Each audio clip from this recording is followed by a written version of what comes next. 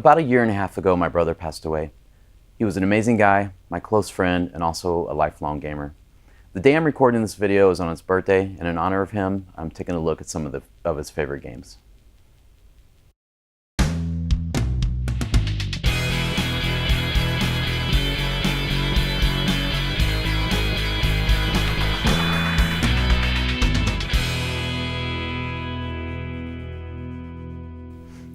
Jimmy was a funny guy. One of the earliest game memories I have of Jimmy is how he would hit up a rental store and check out a hot new title. Then he would take the cartridge home and open it up, switch out the circuit board with a budget title from his own collection, and keep the better game. Total riot. Can you imagine when someone rents Metroid and takes it home to find out it's really Balls 3D? It's hilarious. Jimmy was into gritty games. One of my clearest memories is how he soaked up the atmospheric dark exploration in Raccoon City in Resident Evil 2. I can remember him spending hours playing this horror classic.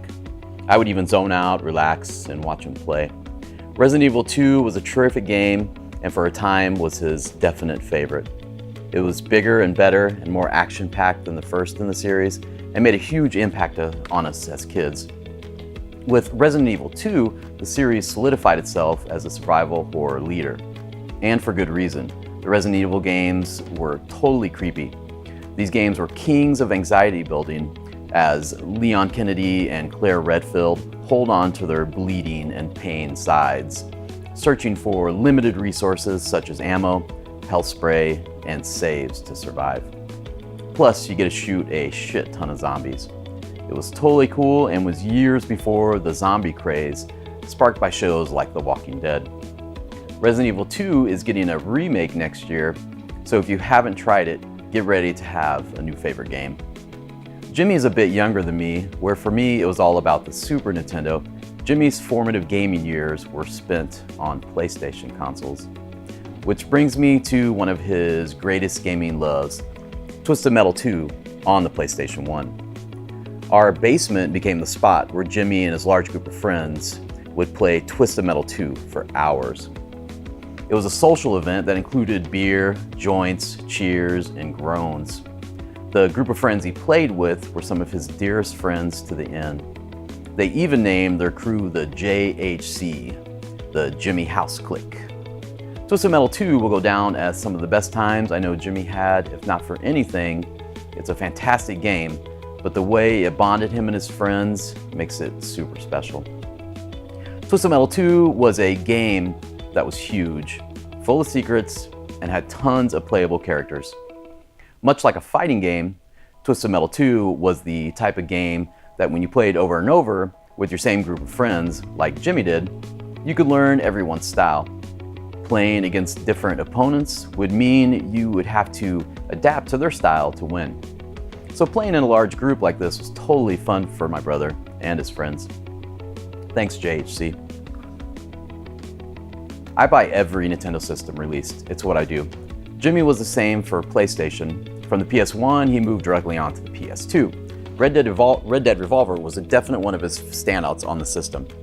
Red Dead Revolver is the first in the series of Western titles created by Rockstar Games, who are famous for the Grand Theft Auto games. It's gone on to become even more popular when its sequel, Red Dead Redemption, was released. And just recently, an announcement of a third game was spilled. People are excited, and with good reason. The Red Dead games become instant classics because they do everything right, from the controls, to the music, to the overall gameplay. Plus, Western games, they just really kick ass. There's so many good ones. Sunset Riders, Wild Guns, and even the Oregon Trail. Even though Red Dead Revolver is named after the main character Red, in the game you often play as alternate characters to complete missions. Jimmy and I both really love the Shadow Wolf stage. Shooting the fire arrows, sneaking through the map, and gazing up at the stars in the endless night sky was amazing. Check out these games if you get a chance. They're fantastic. One of the last games I remember my brother playing was Heavy Rain on the PlayStation 3. This is actually one that I talked him into playing, and it took some convincing. The first time he tried, he didn't really connect with the game, and then he put it back for a good year. And that's to be expected. The game starts off slow and takes a few hours to get into. Some point after the break, he comes to me and tells me how he retried, stuck with it, and dug it. Once you get past the slow beginning, there's a lot to keep you playing Heavy Rain. It was a new experience at the time, playing out a weighted, interactive drama in real time. A game that really put weight on your choices, and at the time, this felt like a fresh new concept. This interactive QuickTime events gameplay was used again in similar ways in recent games like Telltale's The Walking Dead.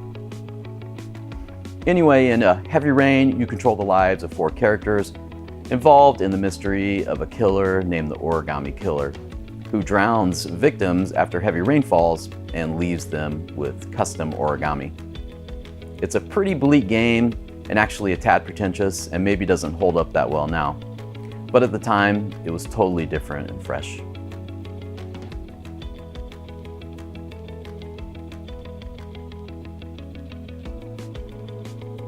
Yeah, so that kind of scratches the surface of the games my brother loved. He was into so much more.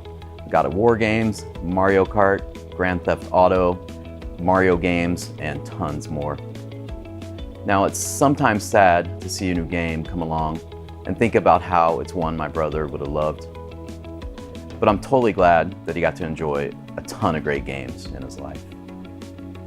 If you gamed with Jimmy or were his friend, or if you loved any of these games, go ahead and tell me about it in the comments. Also be sure to like and subscribe to the channel for more gaming related content in the future. Thank you.